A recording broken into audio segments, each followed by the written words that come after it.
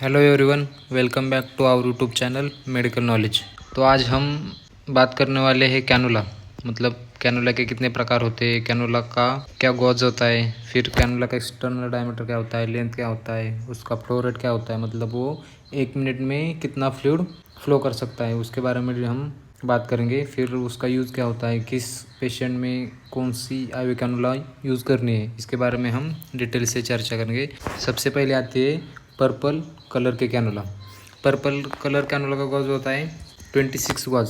मतलब जो उसमें जो इस निडल में जो अंदर में एक पोर होता है, एक छेद होता है, उसका गॉज होता है 26 गॉज। उसका एक्सटर्नल डायमीटर होता है 0.6 mm। एक्सटर्नल डायमीटर मतलब ये जो निडल है, इस निडल में एक बाहरी आवरण होता है, उसका एक्सटर्नल डायमीटर होता है 0.6 mm। और जो इस पर्पल कलर के कैनुला है उसकी लेंथ होती है 19 mm। मतलब यहाँ से लेकर यहाँ तक जो लेंथ होती है वो 19 mm होती है। और उसका फ्लो रेट होता है 15 ml पर मिनट। मतलब 1 मिनट में वो 15 ml फ्लूइड एक पेशेंट में वो दे सकता है। मतलब उसका जो फ्लो रेट है वो 15 ml पर मिनट है। और आप किस पेशेंट में पर्पल कलर के कैनुला यूज़ कर सकते हो, जैसे कि न्यूनेट्स हो गया, मतलब जो नवजात शिशु होते हैं, मतलब डिलीवरी के बाद जो बच्चों होता है उस बच्चों में आप पर्पल कलर कैनुला लगा सकते हो। जैसे कि उसको मेडिसिन देना हो, मेडिकेशन देना हो, फ्लूइड देना हो, उस कंडीशन में आप पर्पल कलर के कैनुला यूज़ कर सकते हो। फिर बाद में होता है चिल्ड्रंस। मतलब किसी भी स्मॉल चिल्ड्रंस हो, जैसे कि बच्चे होते हैं जो 1 साल के, 1.5 साल के होते हैं, 2 साल के, जिसमें वेन्स प्रॉपरली विजिबल नहीं होते, उस कंडीशन में आप पर्पल कलर कैनुला यूज़ कर सकते हो। फिर बाद में आते हैं एल्डर एडल्ट्स। मतलब जो बुजुर्ग लोग होते हैं उन पेशेंट में भी जो वेन्स होते हैं प्रॉपर विजिबल नहीं होती, तो उस कंडीशन में आप पर्पल कलर कैनुला यूज़ कर सकते हो। बाद में आती है yellow colour cannula. Yellow colour cannula का गॉज होता है 24 गॉज। इसका यूनिट गॉज ही है, तो येलो कलर कैनुला का गॉज होता है 24 गॉज। फिर उसका एक्सटर्नल डायमीटर होता है 0.7 mm। मतलब ये निडल है, इस निडल में जो बाहरी आवरण होता है उसका एक्सटर्नल डायमीटर कितना होता है 0.7 mm।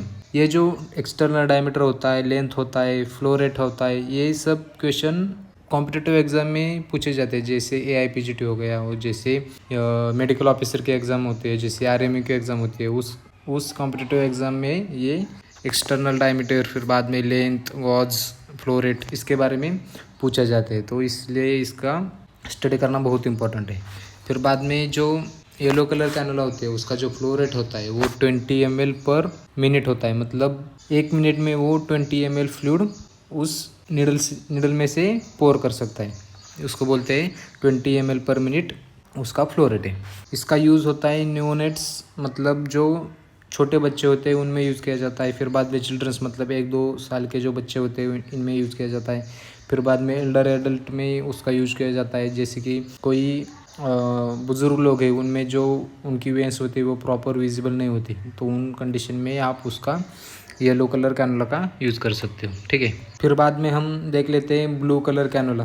ब्लू कलर कैनुला का गॉज क्या होता है 22 गॉज। फिर एक्सटर्नल डायमीटर उसका होता है, मतलब जो ये नीडल है उसका एक्सटर्नल डायमीटर होता है 0.9 mm।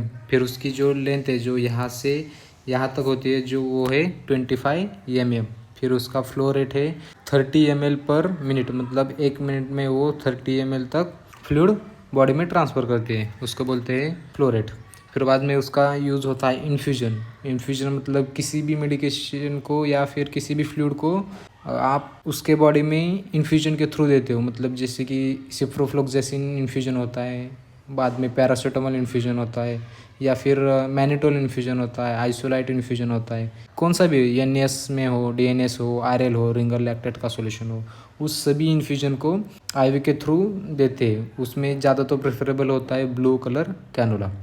बाद में आता है ब्लड ट्रांसफ्यूजन के लिए। जो किसी भी पेशेंट में ब्लड की मात्रा कम होती है, मतलब जैसे कि हीमोग्लोबिन की मात्रा कम होती है, तो उसको ब्लड ट्रांसफ्यूजन करने के लिए ब्लू कलर कैनुला यूज़ करते हैं। फिर बाद में एल्डर एडल्ट में भी उसका यूज़ किया जाता है। बाद में आती है पिंक कलर कैनुला।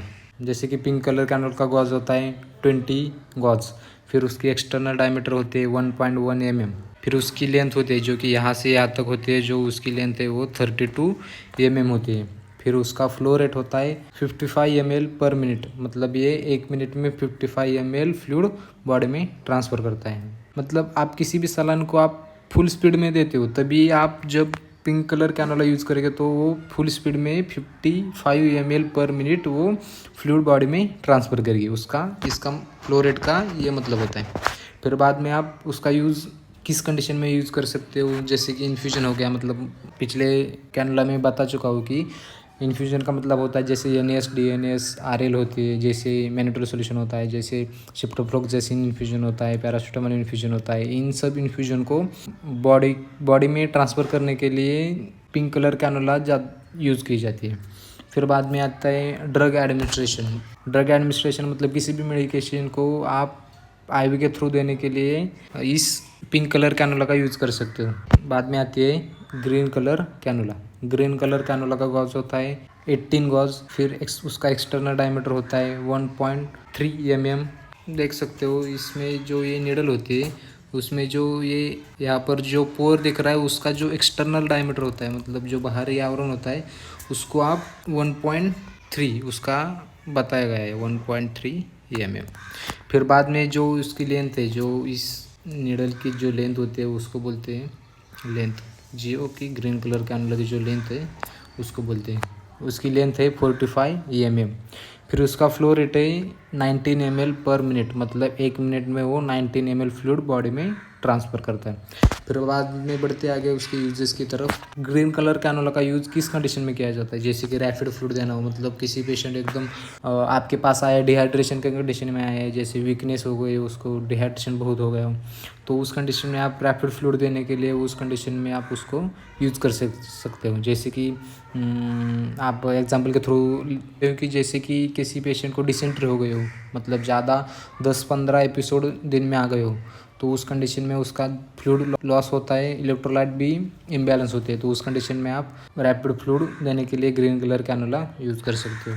फिर बाद में मेजर सर्जरी हो तो उस कंडीशन में अगर कोई उसकी सर्जरी, किसी पेशेंट की सर्जरी हुई हो, तो उस कंडीशन में आप IV कैनोला का यूज़ कर सकते हो। फिर बाद में रैपिड ब्लड ट्रांसफ्यूजन हो, किसी पेशेंट में ज़्यादा ब्लड लॉस हुआ, तो ज़्यादा ब्लड लॉस होने के कारण उसको ज़्यादा मात्रा में ब्लड देने के लिए आप, मतलब जल्दी ब्लड देने के लिए रैपिड ब्लड ट्रांसफ्यूजन करने के लिए उसको ग्रीन कलर कैनोला को यूज़ कर सकते हो। ठीक है, बाद में आगे बढ़ते हैं वाइट कलर की कैनोला के ऊपर। तो वाइट कलर कैनोला का गॉज होता है 17 गॉज। फिर उसकी एक्सटर्नल डायमीटर होती है 1.7 mm। फिर बाद में उसकी लेंथ होती है जो यहाँ से यहाँ तक होती है, उसकी लेंथ जो 45 mm है। इसका फ्लो रेट है 150 ml पर मिनट, मतलब 1 मिनट में वो 150 ml फ्लूइड बॉडी में ट्रांसफ़र करता है। फिर बाद में उसके यूजेस की तरफ बढ़ते हैं।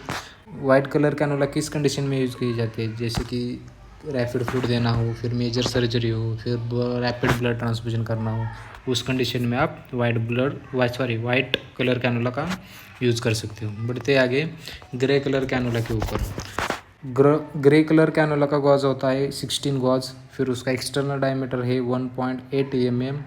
फिर बाद में ग्रे कलर कैनोला की लेंथ है 45 mm और उसका फ्लो रेट है 220 ml पर मिनट, मतलब 1 मिनट में वो 220 ml फ्लूइड अपने बॉडी में ट्रांसफ़र करता है। उसका यूज़ ज़्यादातर रैपिड फ्लूइड देने में, फिर मेजर सर्जरी के बाद फिर रैपिड ब्लड ट्रांसफ्यूजन करने में उसका यूज़ किया जाता है। फिर बाद में बढ़ते आगे ये लास्ट कैनोला, मतलब ऑरेंज कलर कैनोला, जिससे ज़्यादा फ्लूइड अपने बॉडी में ट्रांसफ़र होता है, उस कैनोला के ऊपर बढ़ते।